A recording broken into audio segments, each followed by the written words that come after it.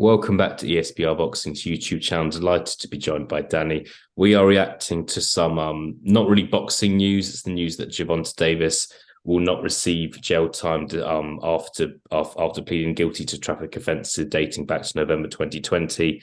Danny, yeah, not the usual sort of reaction video that we're doing, but look, it is related to boxer. Gervonta Davis has just come off a massive win against Ryan Garcia. Is now in kind of the news for the wrong reasons. But yeah, keen to get your reaction to the news that we've had this evening. Yeah, I was surprised. Obviously, I've got as much access to the notes in the case as everyone else, but just the consensus online was that he probably would be looking at a bit of jail time. And obviously he's managed to avoid that. And then even though the news is only sort of broke in the last couple of hours, the old questions of if this was me or you, would we be getting off with it? Think not. I remember this sort of was getting quite a lot of traction around the start of the year, and people were wondering would the fight with Garcia be in jeopardy.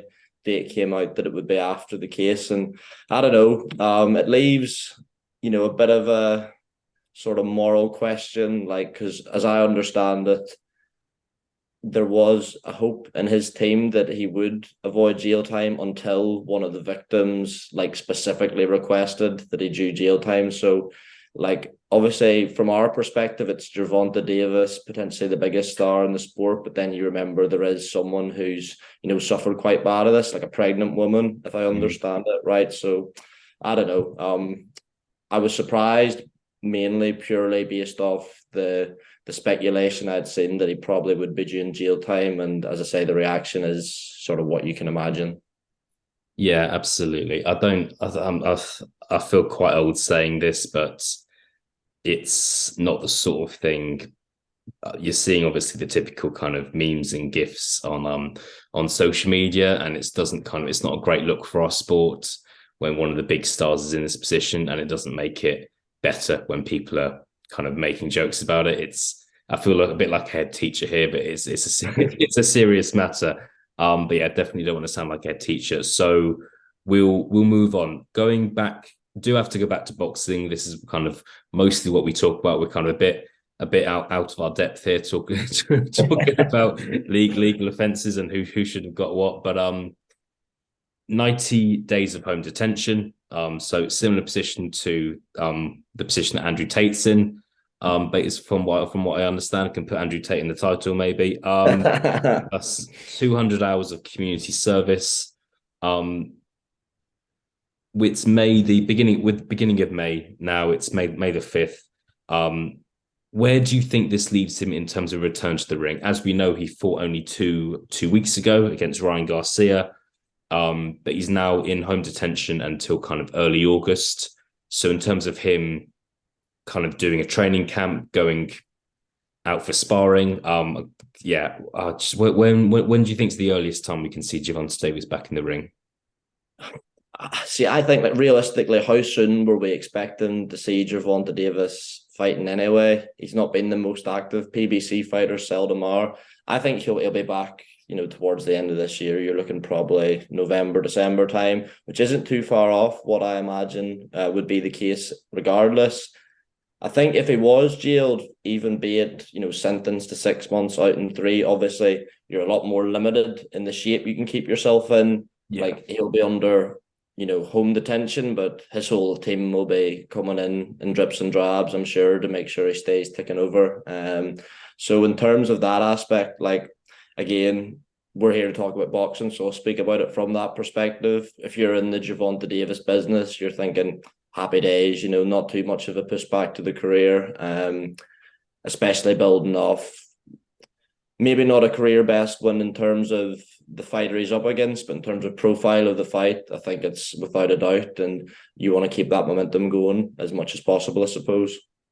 Yeah, I think I agree with you. I think any time before November would be a big surprise. And I think November, December, they're quite popular times for fighters to get out again before Christmas. I imagine that will be the aim. And if you consider he did fight in January this year, to have 3 fights in 2022, plus being in home detention for 3 months, it's not a bad year in the ring.